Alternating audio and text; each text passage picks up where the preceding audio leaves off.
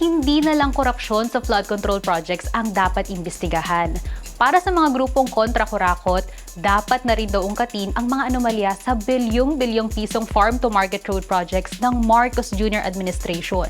Sa ibang balita, epekto ng Bagyong Tino sa Cebu at iba pang bahagi ng bansa, pinalala raw ng kapalpakan ng mga proyektong flood control at pagkasira ng kalikasan. At makatwiran bang sampahan ng kaso ang mga nakibahagi sa September 21 anti-corruption protest? Yan at iba pang balita ang ating tutukan sa Alab.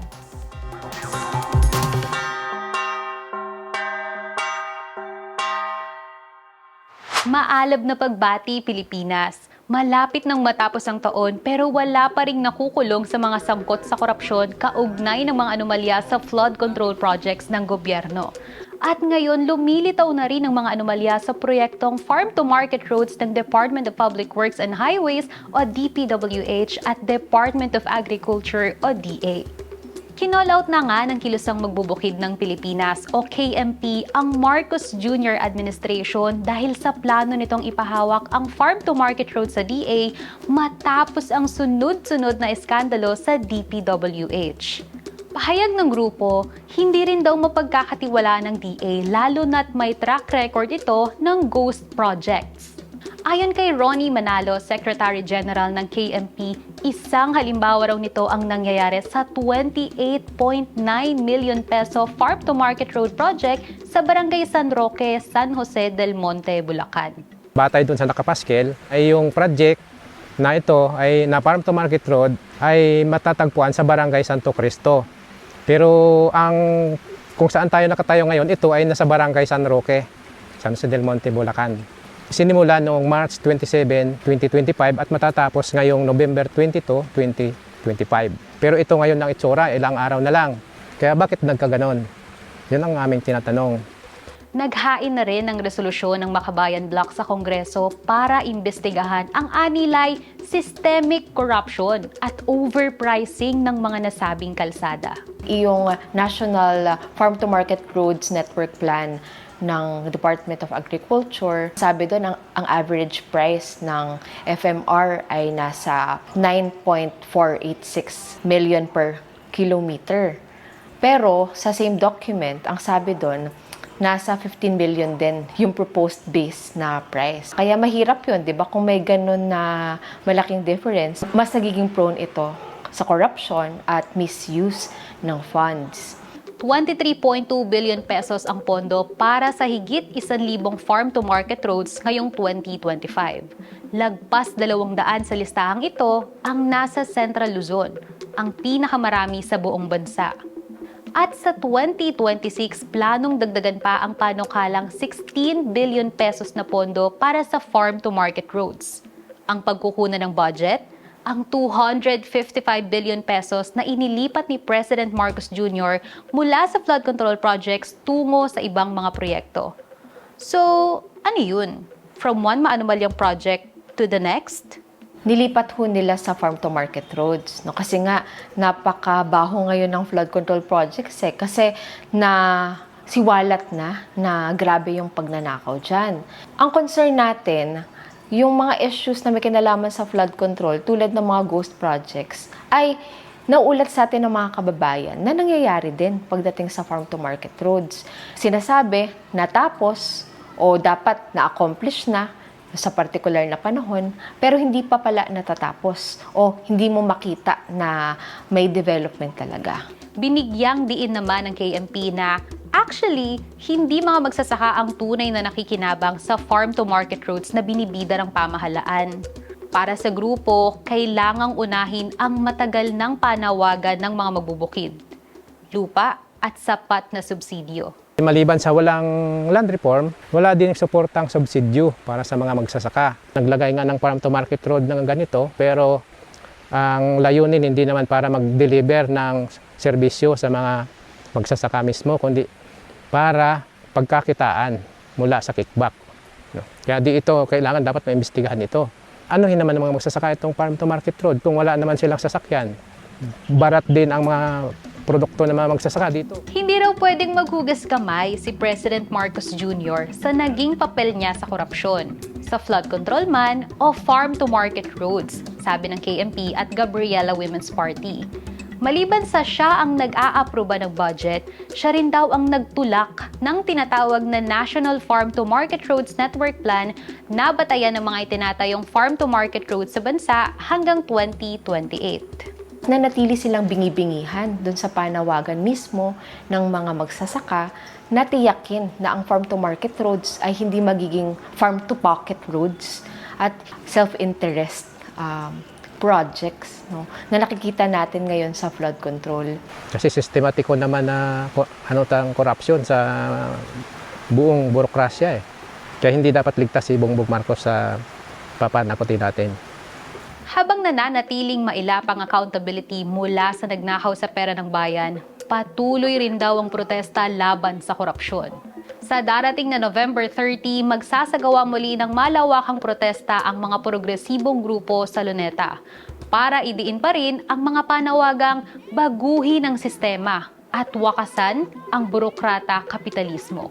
Kailangan ng tuloy-tuloy natin na paglaban at pag-iingay para ipakita na hindi tayo magpapaloko, hindi tayo magpapalinlang, at hindi tayo masasapat, no, sa mga pakunti-kunti nila na pakonswelo at pagpapahupa, no, sa galit ng mamamayan. Inaanyayahan natin ang lahat sa protestang bayan kontra kurakot. Lalong nalantad ang mga anomalya sa flood control projects at iba pang proyekto sa Cebu matapos masaksihan ng bansa ang epekto ng Bagyong Tino. Panoorin ang ulat ng Aninaw Productions. Kinabuhi na gud ang nakalas tungod sa ilahang greed, tungod sa ilahang personal interest. Greed siya nga sala ngadto sa katawhan. Halos 200 katao na ang naiulat na namatay sa pananalasa ng Bagyong Tino sa bansa. Karamihan ng mga nasawi ay mula sa Cebu Province. 100,000 Pilipino rin ang naapektuhan sa Kabisayaan at ilang bahagi ng Luzon at Mindanao. Nailantad sa iba't ibang rehiyon ang mga anomalya sa flood control projects sa kasagsagan ng bagyo.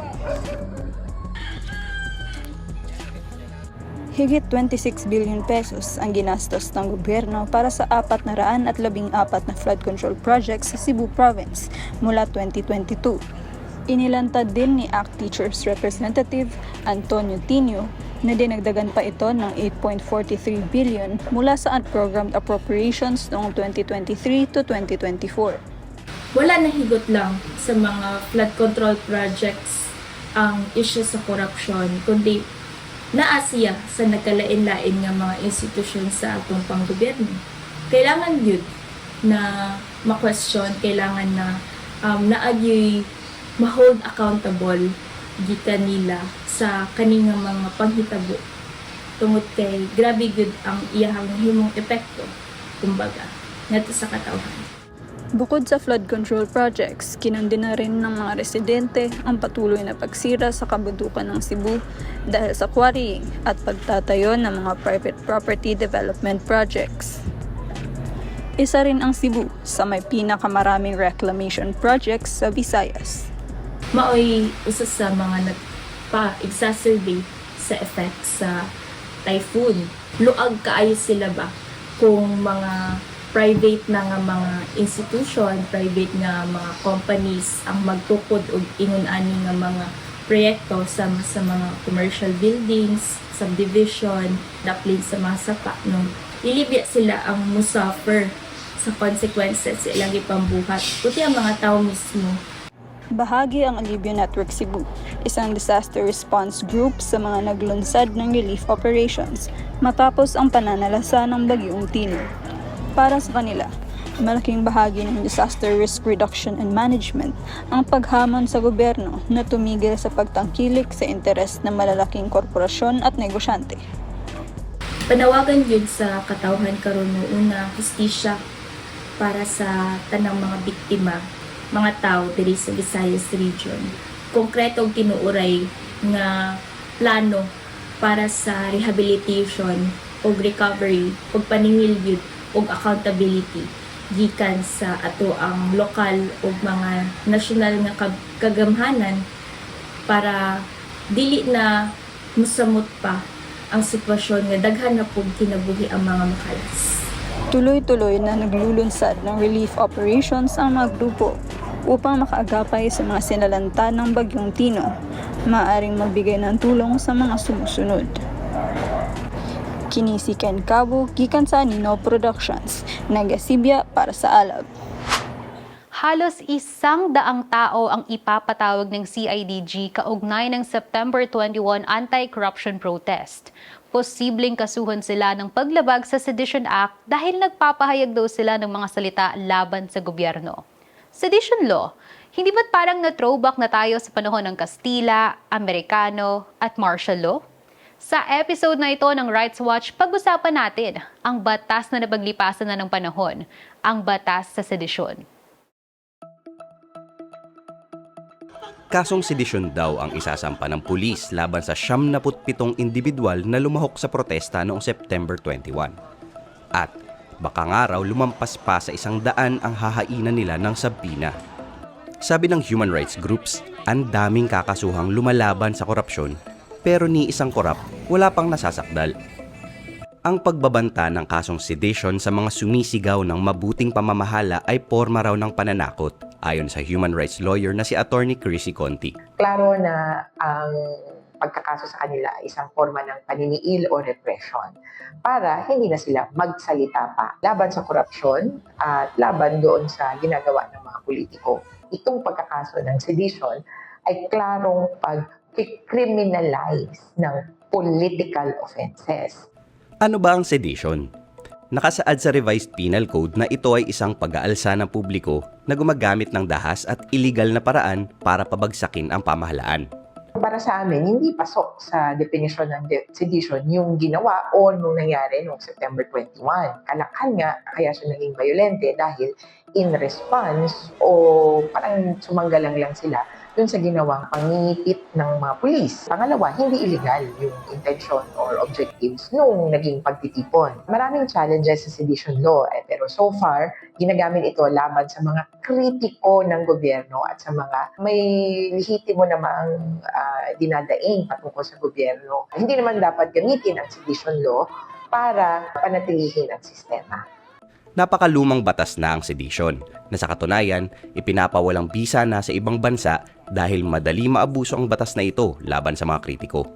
In fact, tinuturing na colonial tool ang sedition na ginamit noong panahon ng Kastila at Amerikano para mapanatili nila ang kontrol sa mga Pilipino. Gayun din, ginamit ang sedition noong martial law para takutin ang mga tutol sa diktadorya ni Marcos Sr. Sa panahon ngayon, sabi ni Attorney Conti, ginagamit naman ang sedition at iba pang batas para pigilan ang lumalawak na pagtutol sa korupsyon at pagpapabaya ng pamahalaan. Kasama na rito ang paghahanda ng iba't ibang grupo sa isa na namang malaking anti-corruption protest sa November 30. Kinwestiyon din ng human rights lawyer ang pagkakaroon ng kapangyarihan ng CIDG para magpalabas ng sabina sa mga nagprotesta. Sa punto na ang CIDG ay isang investigative body ng police, at wala kasing ganong power ang police per se. Ang meron yan ay mga tribunal o kaya korte. Parang mapapaisip ka, di pwedeng ma-overuse ito, pwedeng ma-abuse. Kasi sa totoo, ang investigasyon nila ay may intensyon na magkaso. Hindi dapat bigyan ng subpoena powers ang isang institusyon na malaki ang posibilidad na mag-aabuso nito. Sa huli, hindi raw dapat ginagamit ang sedition o iba pang batas para palabasing krimen ang ginagawa ng mga taong tumututol at humihiling ng makabuluhang pagbabago. Huwag po tayong tumigil dahil nasa karapatan natin na magsalita, magpahayag at mag-rally. Kaya huwag po kayong matakot dahil tandaan natin, ang kapangyarihan ng gobyernong ito ay galing din sa ating mga tao. Case dismissed. Isang kaso na laban sa journalist na si Frenchie May Cumpio at lay worker na si Mariel Domikil ang ibinasura matapos i-void ng Court of Appeals ang civil forfeiture case na inihain ng Anti-Money Laundering Council laban sa dalawa. Sa paratang na sila ay nagbibigay suporta sa mga teroristang grupo.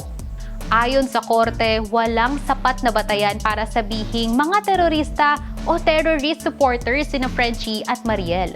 Maaaring basahin ang aming statement sa website namin, altermedia.net. Unang hakbang ito para mapalaya na si Frenchie at maibasura ang lahat ng mga kaso laban sa Tacloban 5. Mula sa Alter Media Network, maraming salamat sa patuloy na suporta at laban. Patuloy ang ating panawagan. Free Frenchie May Cumpio. Sumakses sa mga taga-UST na paalisin ng NTF-ELCAC bilang guest sa isang forum sa kanilang universidad. Okay na sana, kaso nagpatuloy pa rin ang forum na layon daw ay i-red tag ang progressive groups. Tanong tuloy ng mga estudyante, bakit parang super scared ang state forces sa kabataang lumalabarn? Alamin yan sa ating balita with Feelings! Mga B, payag ba kayong may ganapin na forum sa school nyo? Tapos, mangre-red tag sa kapwa nyo estudyante? Ang kalat! Parang same ang nangyari sa University of Santo Tomas noong November 6. Pinush ang isang research forum di umano kasama ang National Security Council kahit na tinutulan ito ng maraming estudyante. Ang topic? Preventing Terror Grooming. Pero ang nangyari? Naging venue raw para tawaging mga terorista ang progressive groups. Take note ha, the same groups na may panawagang panagutin ang mga kurakot sa gobyerno. You know, parang nung unang panahon na tinawag na pilibustero si Jose Rizal. O, natulisan si Macario Sakay. Ngayon naman, teroristang tawag. Naks, in good company naman pala ang mga ni-red tag eh. Lumalaban kaya siniraan. Actually, dapat kasama ang NTF-ELCAC sa forum noong una. Pero mukhang hindi na ito tumuloy dahil nag-pushback ang mga estudyante. Truly, the kids are doing alright. Sa true lang mga bestie, okay naman na magkaroon ng mga open dialogue kasi nga democratic country naman supposedly ang Philippines, right? Pero, tanong ng youth groups, dapat bang binibigyan pa ng platform ang mga kumukuda ng mga naratibong nakakapahamak at batay lang naman sa mga kasinungalingan? Ika nga ng kabataan, ang dami ng katiwaliang nangyayari sa bansa. Bibigyan pa ba ng puwang yung mga nananakot sa mga taong gusto ng totoong pagbabago? Ano yun? Kaya naman, patuloy ang pag-challenge ng kabataan sa loob at labas ng universities sa mga red tagger. Sabi nila, hindi nyo kami maloloko. Pinag-aral kami para mag-isip. Period. Okay, that's it for today. Hanggang sa susunod na balita with Feelings! At yan ang mga nag-aalab na balita at pananaw ngayong linggo mula sa Alter Media Network. Ako si Kate Jasmine Gonzalez. Maraming salamat sa patuloy na suporta sa Alternative Media. Huwag kalimutang mag-react, mag-comment at i-share ang video na ito. For more news from the Alternative Media, bisitahin ang aming website, altermedia.net. May stories or comments ba kayong gustong i-share? Mag-message lang kayo sa amin. Hanggang sa susunod!